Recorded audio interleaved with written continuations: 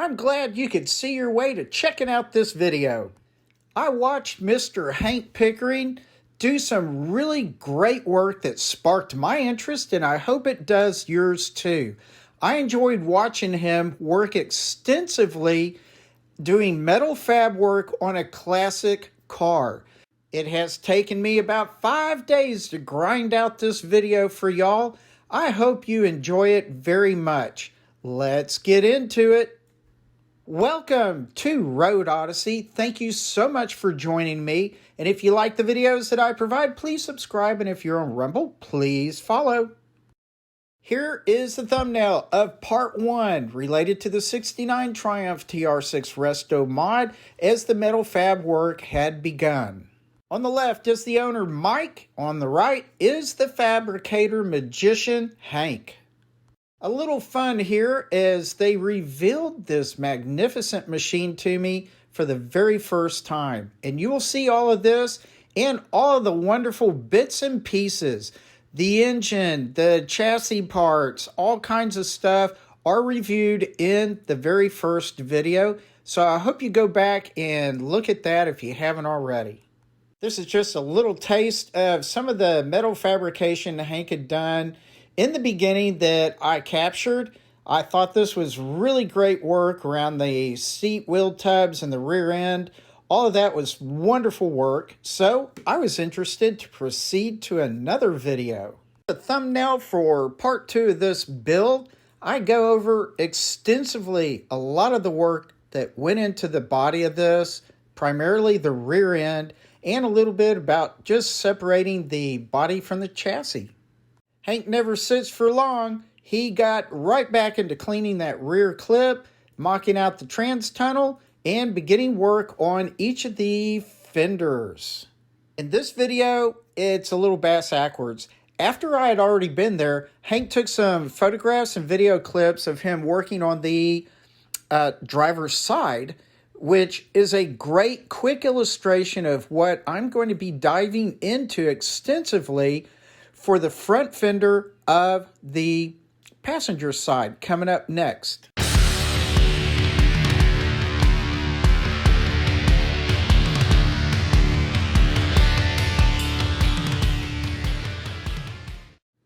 Here begins my experience from June 2023. We've got 2 days of this.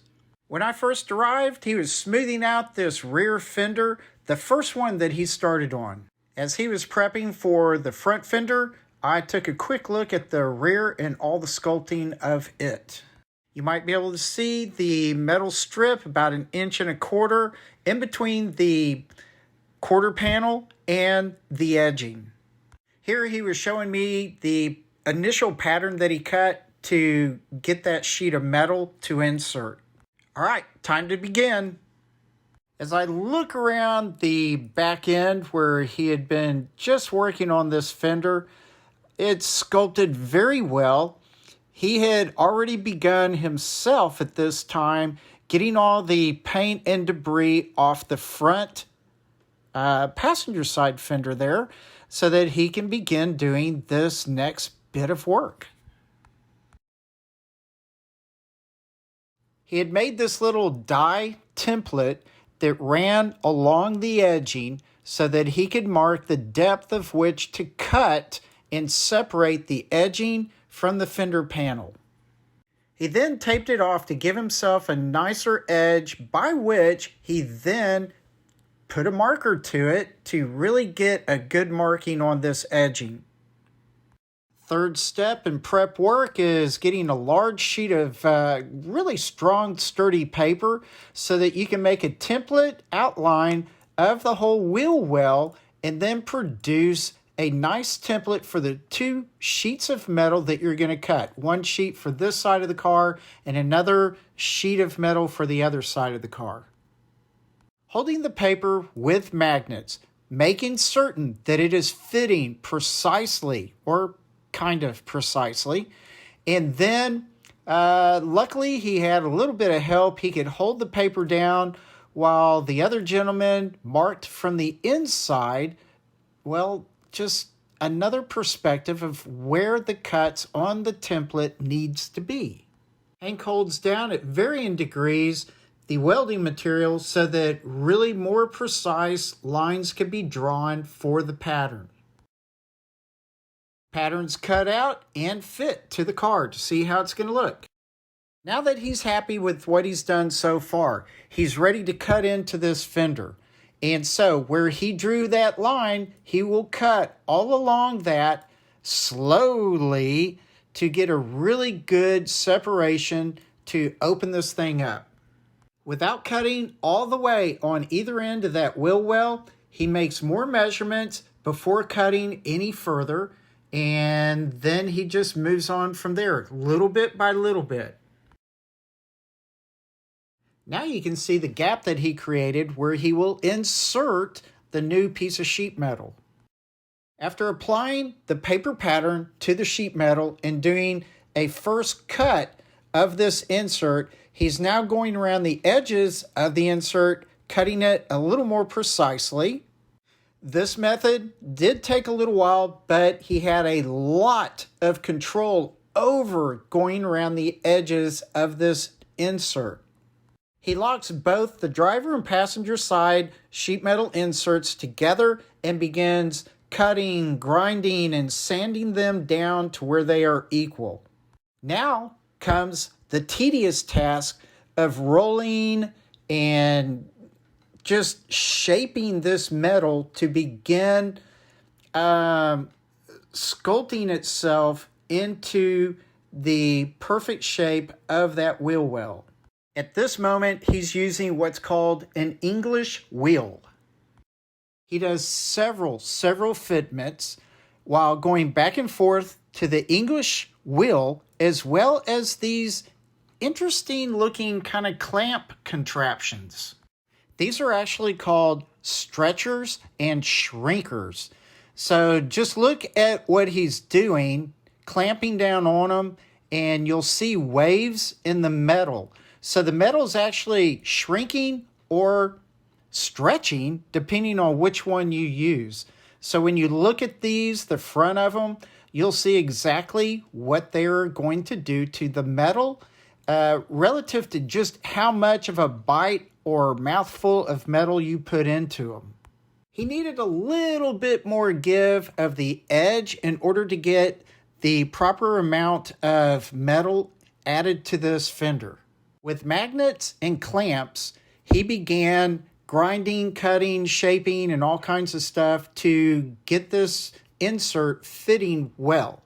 Here's a quick picture of the clamps. If you just look at them and think about it for a minute, you'll see how they work. There's a chunk of metal that goes through the little square hole of each of these clamps, and that holds metal to the, whatever it is, from both sides. From this point on, he's going to be cutting, shaping, taking this insert off, putting it back on, just flip-flopping through all of these steps over and over and over. He will also do a lot of hammering, but this is very specific as well. Hammering is an art. You can see these two hammer heads are different, and the two ends are also different. Here's a pile of hammers, and the other chunks are called dollies. So all of this deals with shaping and manipulating the metal. There's a lot to talk about here. That could be a whole nother video. When he's happy with the section, he'll go ahead and tack about 8 inches or so before moving to another section. This is one example of using the hammers in order to stretch the metal. So he's actually moving the metal and kind of lengthening it from left to right. He got another few inches up on this and was happy with it. So this is where we ended on the first day. With the beginning of day 2, he began cutting and shaping the front edge of the insert. He spent a good amount of time making sure that that leading edge of the wheel well was going to fit to the insert properly. but not without finishing up the insert itself and beginning to put relief cuts into it and grinding, cutting, all that good stuff, just going from front to back, slowly getting this insert piece married to the fender perfectly. Now that he's gotten perhaps halfway around the wheel well, he is marking how he's going to trim out the back side of this insert now, just like he did on the front side. He marked it, now he's cutting it, and gonna start really getting this thing tacked together and seeing how it looks. This is not a final fitment, this is still just getting it all kind of in shape. As you kind of look around this arch, you can see that, yep, there's going to be more hammering to do and relief cuts and other sundry things that just are required for getting this metal to cooperate. So you can see how he has done more welds across it. The clamps are on there still to just kind of, add a little bit more support. You can see more of the relief cuts, and, he's kind of hammering and molding the insert to the fender well as perfectly as possible. Any tack welds that were not right, he would cut them out, shape, and re-weld. Here you can see more relief cuts and also that leading edge piece beginning to get tacked on. And so it's the same thing for the leading edge piece. He's going to put in relief cuts and, manipulate it until it's going to marry into the insert just right. Because this insert scopes in and makes the whole wheel well smaller, you got to cut off the tip of that leading edge. Once that fits, he just begins tacking all of that together as carefully as he can. Often using a tiny screwdriver, like a little flathead, he will use that to make sure that the leading edge and the insert are level together when he does his tacks. And now it's looking pretty well stitched together for this whole first half. So it's your rinse and repeat situation on the back half. Not a whole lot different at all, but there is more hammering, shaping, just manipulation of the metal to make sure it's right. Now, here he is marking any pinholes and other bad spots that he sees after cleaning all of this up. So he goes back over it and just welds up all the holes and makes sure that everything's looking just grand. And it looks a little bit like acne, I guess you would say, where he filled in and repaired a couple of little spots here and there across this whole new widened wheel well. Which means he's going to sand them down with, I believe he started out with like 86 grit. So yeah, smooths it all out. Man, oh man, does it look really cool after he gets done sanding this thing. It just looks like it has, came straight out of the manufacturer. Pretty cool. Yeah, of course, he's got to finish the ends on either side, but that's okay. It's really cool. I really hope you've enjoyed watching this wheel well just get reshaped and widened. Pretty interesting stuff.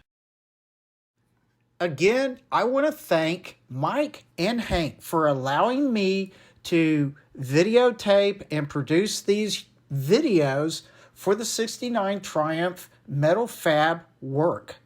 It has been a great learning process for me. I've enjoyed making these videos, and I hope to make more, especially relative to Hank teaching how to use all of his tools and how to do this stuff. And so please check out the prior videos. And as I always say, relax, take it easy. I will see you later. And please like and subscribe if you're on YouTube, and follow if you're on Rumble. Bye.